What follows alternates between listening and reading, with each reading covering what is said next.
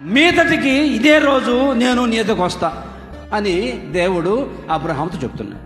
వచ్చినప్పుడు ఏం చేస్తావయ్యా? అంతకుముందు చెప్పాడు దేవుడు అబ్రహాముకి, నేను నీకు కుమారుని ఇస్తాను, వాగ్దాన వారసుని ఇస్తాను అని దేవుడు వాగ్దానం చేశాడు అబ్రహాముతో. రెండుసార్లు చెప్పున్నాడు. అది వాగ్దానం నెరవేరకపోయేసరికి కన్నీళ్లు కార్చుకుంటూ గుడారం దగ్గర కూర్చొని ఎండవేళ ఏడ్చుకుంటూ ఉంటే అది గ్రహించిన దేవుడు దిగి వచ్చాడు. ఆ రోజు వచ్చి చెప్తున్నాడు, నేను చెప్పిన మాటని నెరవేర్చడానికి, నీ నోటి నవ్వు కలిగించడానికి నేను వచ్చాను ఈరోజు. దేవుని స్తోత్రం కలుగును గాక. మీదటికి ఇదే రోజు కల్లా నీ ఇంట్లో కుమారుడు ఉంటాడు, నీవు నీ భార్య నవ్వుకుంటూ ఉంటావు. దేవుని స్తోత్రం కలుగును గాక. ఈరోజు ప్రభు వచ్చాడు, నీకు చెప్పిన మాటలన్నీ ప్రభు నెరవేర్చును గాక. ఈరోజు మీ కుటుంబాలు నవ్వు ఉండును గాక.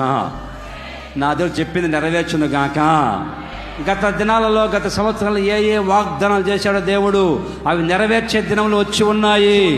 వాగ్దానం నెరవేర్చబడును గాక. నేను చెప్పిన మంచి మాట నెరవేర్చే దినం వచ్చి ఉంది. ఆమేన్. ఆ బెయేర్షెబా అరణ్యములో మధ్యరాత్రి కల్లో మాట్లాడుతున్నాడు దేవుడు, యాకోబు నువ్వు వెళ్ళు, ప్రతి స్థలములో నేను నీకు తోడై ఉండి నేను నీతో చెప్పేది నెరవేర్చే వరకు నేను విడువను అని చెప్పాడు.